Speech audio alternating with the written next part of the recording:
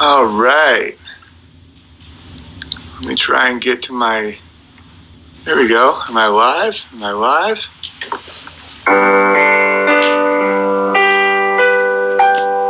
Mother, do you think they'll drop the bomb?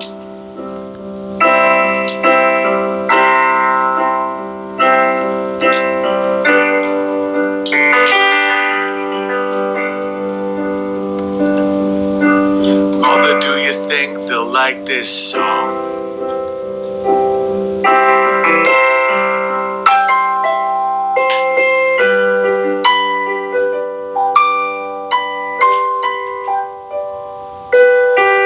Mother, do you think they'll try to break my balls? You getting feedback? How's the audio? Why, mother, should I build a wall? Today we're going to talk about times when our government has lied to us to a catastrophic event. We're going to talk about a bit I did in the new special Conspiracy Queries about Vegas, the Vegas shooting in Vegas, a high-tension bit. And we're going to check out me trying to be handy today and build Walter a ramp for his monster trucks.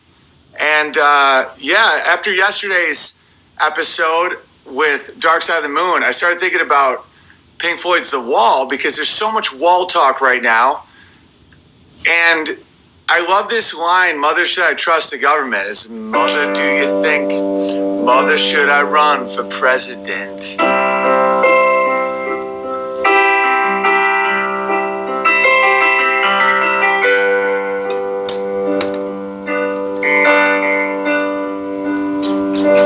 Mother, should I trust the government? On the Berlin Wall, a lot of you guys are too young to remember this. There was this huge graffiti that said, mother, should I trust the government, on the Berlin Wall. It was one of the most powerful pieces of street art you could ever see. Mother, will they tear your little boy apart? Ooh, why, mother, will she break my heart?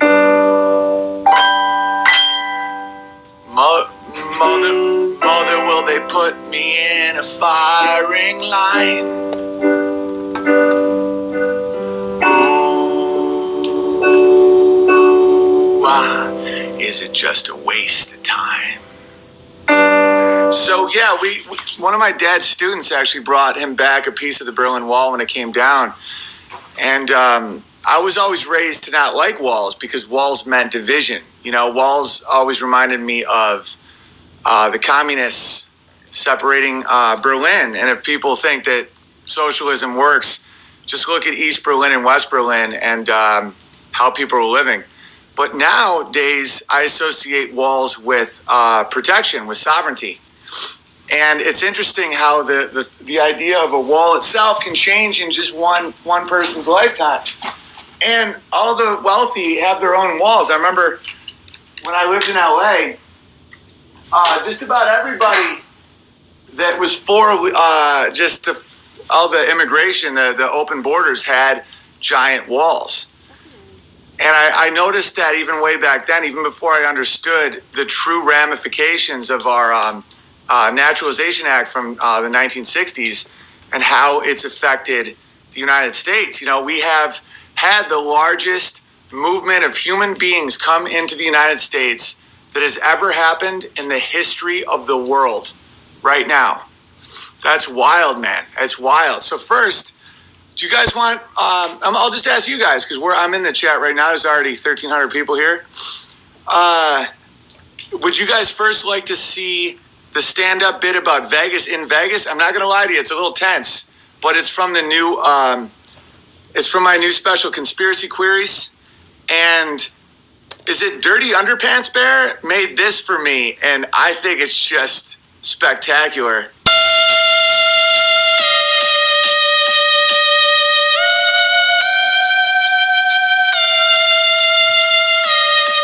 That's so cool. He didn't do the music. Someone else did the music. And then he also made this.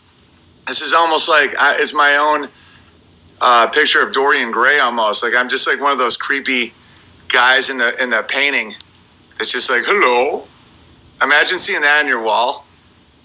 Yeah, so Dirty Underpants Bear is turning out to be one of the most talented people I've seen in a long time. And just at what he does at oh, you guys want the Vegas one first? Smelly Underwear. Yeah, Smelly Underwear Bear. Follow him on Instagram. Very, very talented. I'm always so blown away by people who do visual stuff because I don't do anything visual. And I'll show you in a little bit. I'm not even good at making ramps, but I gave it a shot. All right, so here's the bit from Vegas, and then we'll talk about whether or not we should trust the governments. And this is in Vegas. There's people here with family members that were killed in this. So that's why when you're a comedian, especially when you're kind of an outlaw comedian like me these days, and I don't have the protection of anything mainstream or any type of comedy club or theater guest lists or all that. It's like I'm walking a tight wire on some of these ideas, and like, thank God this all came out great. This is one of my favorite specials I've ever done.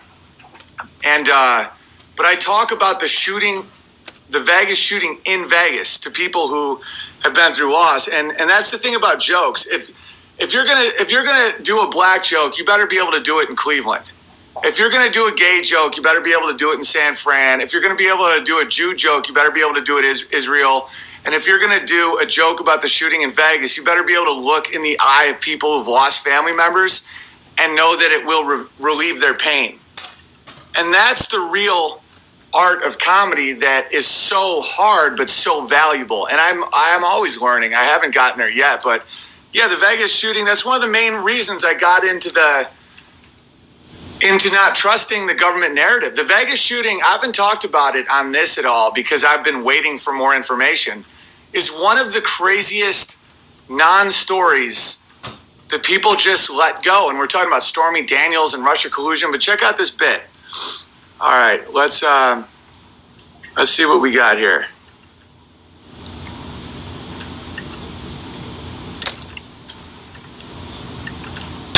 It wasn't, I thought it would be a hard habit to break. It's oddly, I'm talking about stopping watching pornography is the whole premise of me becoming a conspiracy guy, because I replaced one habit with another. I just don't have that queued up. Easy, and I'll tell you how, because somehow, for some reason, I just organically replaced it with conspiracy videos.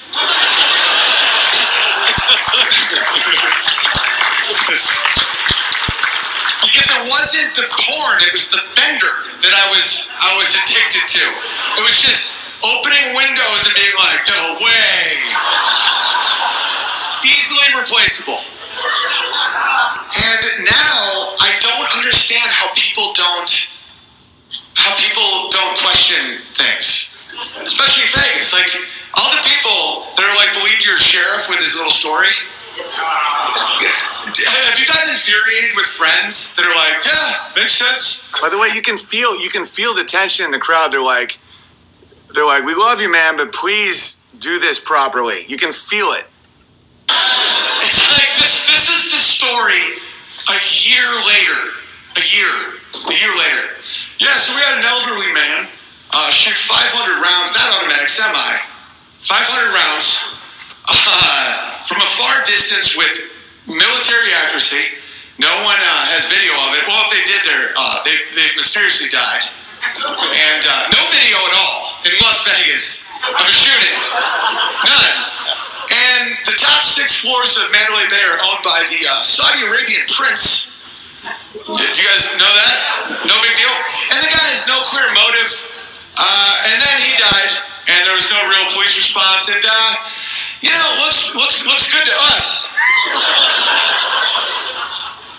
And these people are just like, yeah, sounds good to me. Because their balls are empty. They just keep draining their skepticism. Legalizing weed and free pornography is by design. And I only know that because I don't smoke weed and I don't drain my balls for no reason. They're like, yeah, that makes makes sense, but I really want to know what the Mueller probe brings back. I know people that were there, like we all do. It's like, what do you want to know? Do you want to know how Donald Trump paid Stormy or who killed our friends? And it's like, they're like, well, it just happens. A guy just brings like 8 guns and just brings them up there, and people have bad days and shoot, impossibly accurate. People are like, but don't the guns get like hot? Like multiple guns. That answer that, right? And then his girlfriend just bailed to the Philippines, and no one's talked to her. We don't feel she's relevant at all. Not of interest at all. But what is up with Stormy Daniels? I mean, after Trump had sex with her, how did he pay her to be quiet years later? People are cool with this. If I were Trump, what I would do is I'd go off one of the leftist feminist things so they'd have a hard time to argue. The feminists are all like 77 cents on the dollar. They're trying to close a non-existent wage gap because they don't factor in that mothers don't work a lot. No one wants to factor that in, but that's cool. So why doesn't Trump go, listen, I'm a feminist. Every woman that's ever had sex with me gets 80,000 cents on the dollar.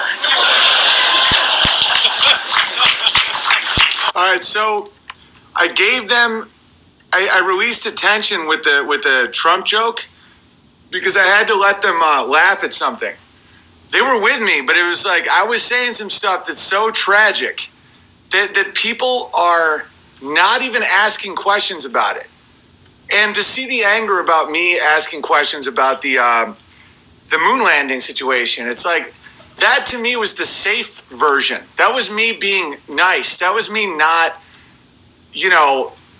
bumming everyone out on my Instagram account about the shooting in Vegas. Like I do think about the people who follow me, and it's like, what level of chaos am I going to bring to them? And I thought the moon landing was like an innocent version of trusting the government and how you shouldn't trust the government, but apparently none of it is because of the programming. When you look at Vegas is insane.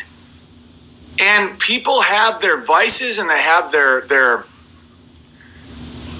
whatever it is. The fact there's no video footage of it, the fact the police response was so long, there was no armed anyone to help. The girlfriend went to the Philippines, which was a big ISIS hotspot. The guy's dad was on the FBI's most wanted list. The brother's a weird pedophile. No one brought any information. That was an impossible thing he did, was shooting like that. Like the amount of bullets that hit people, it's unfathomable. And I'm not the best shot in the world at all. And I know that there's people that are a lot better shots, but like I know enough about guns to understand just how mind-blowingly impossible that was.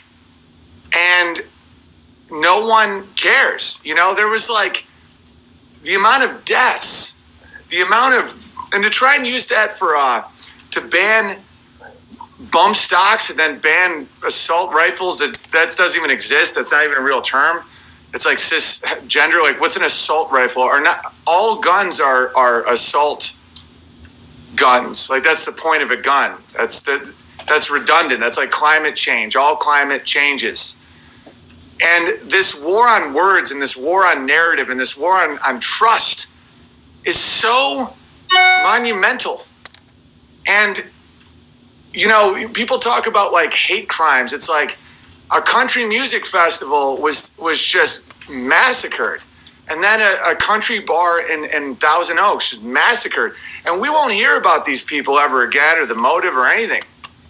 And that's why this special was so important to me, because that's, as a comedian, it's a lot easier just to do the men and women are different. I try to like do family stuff and I try to do all that because it's important to stay with what, I've always been good at, and what's, you got to take care of the micro before the macro. You got to take care of home before you can tackle some of these other issues. But like, this is a toxin right now in our society, that we have a media that's it's trying to destroy our civilization, and it's powerful as hell. And that's why I wanted to do a special with Pushback. And so thanks to everyone involved in that. Thanks to everyone who came. You can get it at hugepianist.com for $10, and the proceeds will go to making the next special, because we're making them out of the normal system. All right, cool. So let's talk about, hey, everybody.